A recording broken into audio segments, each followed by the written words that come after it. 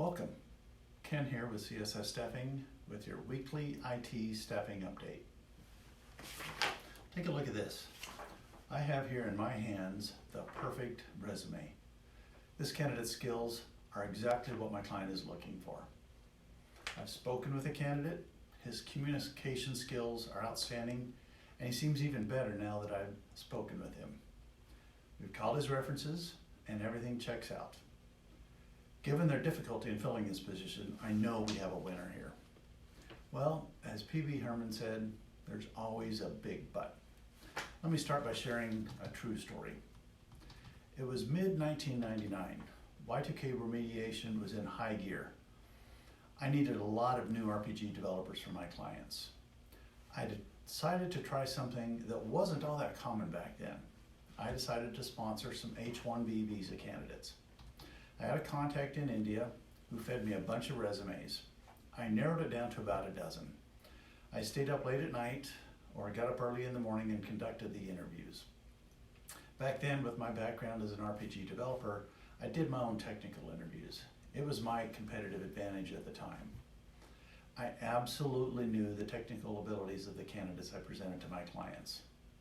Of the dozen, I selected 3.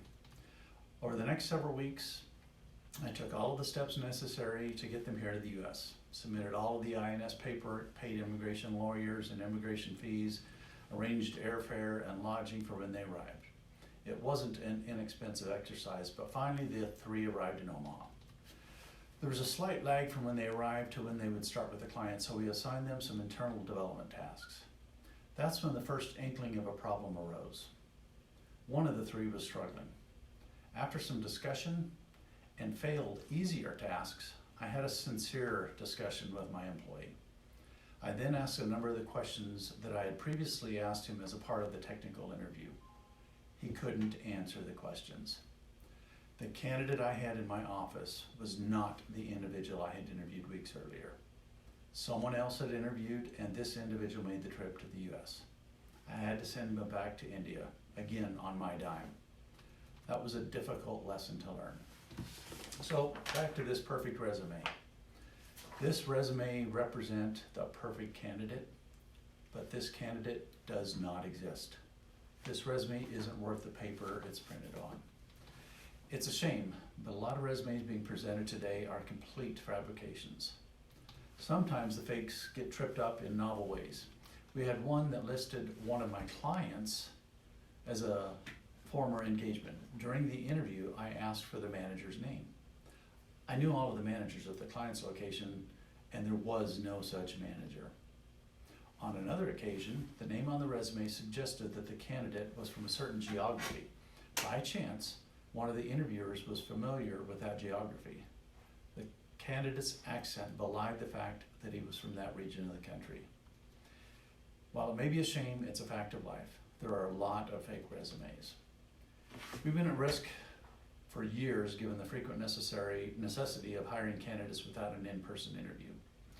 My Y2K experience dates back over 20 years.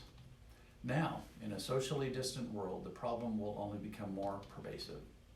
Fortunately, there are steps that can be taken to significantly minimize the risk. At a minimum, all hires or starts need to be contingent upon confirmation of skills as a part of the probation period. Further, always check references and verify employment. This is basic blocking and tackling, but frequently neglected in the haste to get new talent engaged. There are other ploys used by the frauds. One ploy is to take a very real resume and just change the name. CSS has actually had a resume presented to us of one of our employees, but with a completely different name.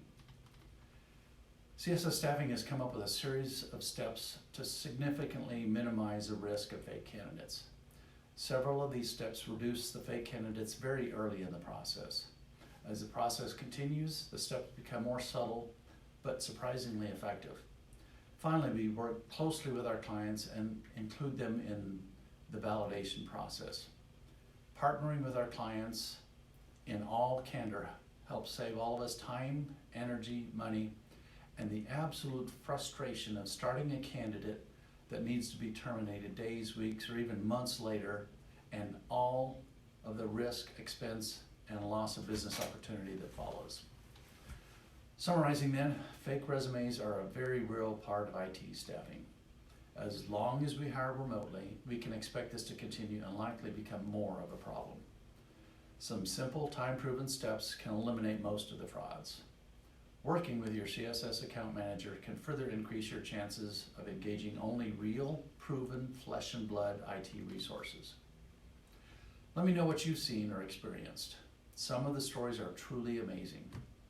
If you're interested, ask me about the one BA that was also doing the work of 3 developers while the client paid for 4 resources. Did you catch that? There was 1 resource. And if this was any value, please subscribe to ensure that you get notice of a future update.